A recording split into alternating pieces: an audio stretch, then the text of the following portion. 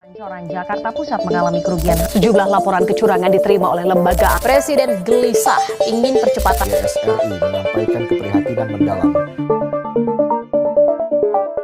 Lagi jingga diunggah balik undik sabar sore di pagi hari. Kami berdiri dengan argumen pasti, program makan gratis tak tepat strategi. Assalamualaikum warahmatullahi wabarakatuh. Shalom, Om Swastiastu, Namo Buddhaya, dan salam kebajikan. Dewan juri yang arif dan bijaksana, para pemerhati hukum dan konstitusi. Kami dari tim Era Kartini berdiri dalam standing position terhadap posisi. Dewan ini percaya program makan gratis adalah bentuk pemborosan anggaran yang tidak efektif dalam meningkatkan kesejahteraan rakyat. Dengan saya Reski Leader selaku pembicara pertama, Nadira Syahrani selaku pembicara kedua, Nidani Srina selaku pembicara ketiga. Dewan juri yang terhormat, program makan bergizi gratis atau yang selanjutnya disebut MBG merupakan salah satu program pemerintah atau Astacita yang dirancang untuk mesejahterakan rakyat, yang implementasinya menyasar pada peserta didik mulai dari jenjang PAUD hingga SMA sederajat, balita, ibu hamil dan ibu menyusui. Namun sejatinya terdapat ketidaksesuaian terhadap tujuan pemerintah untuk mesejahterakan rakyat, sebagaimana yang diamanatkan dalam filosofi berusaha Pancasila, yaitu nilai kelima keadilan sosial bagi seluruh rakyat Indonesia.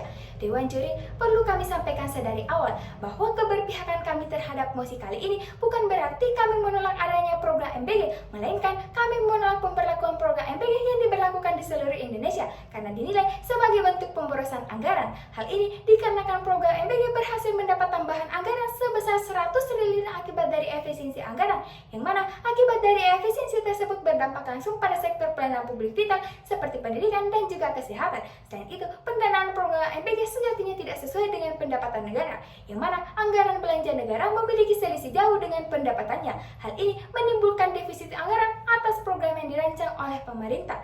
Berdasarkan hal tersebut, Dewan Juri yang terhormat, kami tetap mengamini adanya program MBG, namun dengan pembatasan dalam penerapan pada wilayah tertinggal, terdepan, dan terluas saja, bukan justru menyeluruh ke kota-kota besar, sehingga dengan cara ini mampu terciptanya efektivitas dan kesejahteraan rakyat. Konsep negara kesejahteraan menurut Bagirmanan adalah negara atau pemerintah tidak semata-mata sebagai penjaga keamanan atau ketertiban masyarakat, tetapi memiliki tanggung jawab utama untuk mewujudkan keadilan sosial, kesejahteraan umum, dan sebesar-besarnya kemakmuran rakyat. Dewan juri, dasar pengamanan kami terhadap mosi perdebatan kali ini berdasarkan pada dua argumentasi utama, yakni yang pertama, penerapan program MBG sejatinya bertentangan dengan amanat konstitusi. Hal ini dapat dilihat dalam pasal 31 ayat 4 Undang-Undang Dasar NRI 1945 yang menyatakan bahwa negara memprioritaskan anggaran pendidikan sekurang-kurangnya 20% dari anggaran pendapatan negara.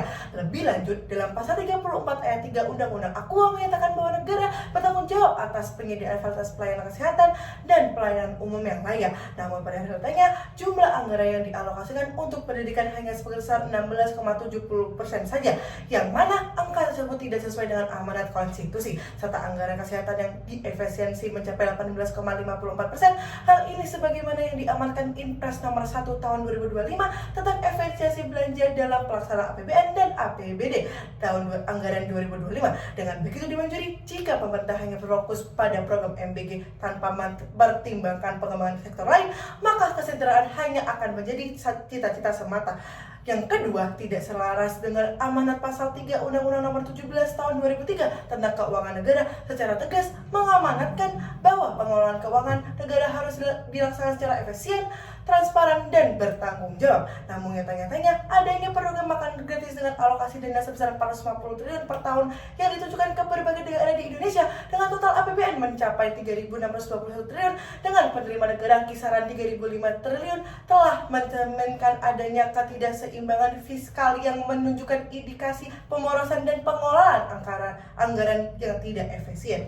Solus Populi Suprema Lex Esto, kemakmuran dan kesejahteraan rakyat adalah hukum tertinggi dalam sebuah negara. Dewan juri, sebagaimana yang telah disampaikan secara apik oleh rekan kami, dapat kami uraikan lebih lanjut bahwa secara sosiologis pelaksanaan program MBG yang diterapkan di seluruh Indonesia berpotensi merugikan kualitas kesehatan dan pengembangan sumber daya manusia, yang mana kesehatan merupakan aspek fundamental dalam kehidupan manusia dan pendidikan menjadi faktor krusial dalam pembangunan sumber daya manusia yang berkualitas. Maka dari itu, Dewan juri yang terhormat, kami mengamini mosi perdebatan kali ini dengan menggagas solusi berupa menerapkan program MBG yang difokuskan dan diprioritaskan secara eksklusif pada daerah 3T, yakni tertinggal, terdepan, dan terluar, di mana gagasan ini hadir sebagai wujud dari prinsip efisiensi dan akuntabilitas keuangan negara dengan mengedepankan pendekatan berbasis kebutuhan dan alokasi anggaran yang tepat guna dan tepat sasaran tanpa mengganggu sektor layanan publik yang berdampak pada kesejahteraan rakyat di dalamnya. Dewan Juri, secara faktual daerah 3T mengalami permasalahan gizi dan stunting paling tinggi merujuk pada data survei status gizi Indonesia tahun 2022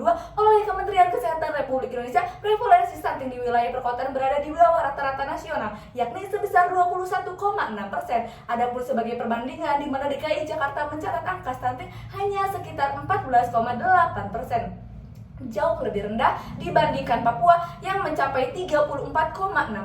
Hal ini menunjukkan bahwa beban permasalahan gizi kronis di kota besar secara kuantitatif dan kualitatif lebih ringan, sehingga kota-kota besar tidak perlu dijadikan sebagai target penerima program MBG. Lebih lanjut, dengan dipangkasnya anggaran dalam sektor pendidikan demi berjalannya program MBG, sejatinya berpotensi menimbulkan keterlambatan dalam pemenuhan kewajiban negara untuk menyediakan sarana dan prasarana pendidikan. Apabila hal ini dibiarkan, maka negara berpotensi melanggar amanat pemenuhan hak atas pendidikan sebagaimana yang dijamin dalam pasal 31 Undang-Undang NRI 1945 dan semakin memperlebar kesenjangan kualitas pendidikan terutama di daerah-daerah terpencil yang sangat bergantung dengan dukungan infrastruktur dan kehadiran pendidik profesional. Dewan Juri, sepanjang argumentasi, kami telah menunjukkan bahwa program MBG sejatinya lahir dari niat mulia pemerintah.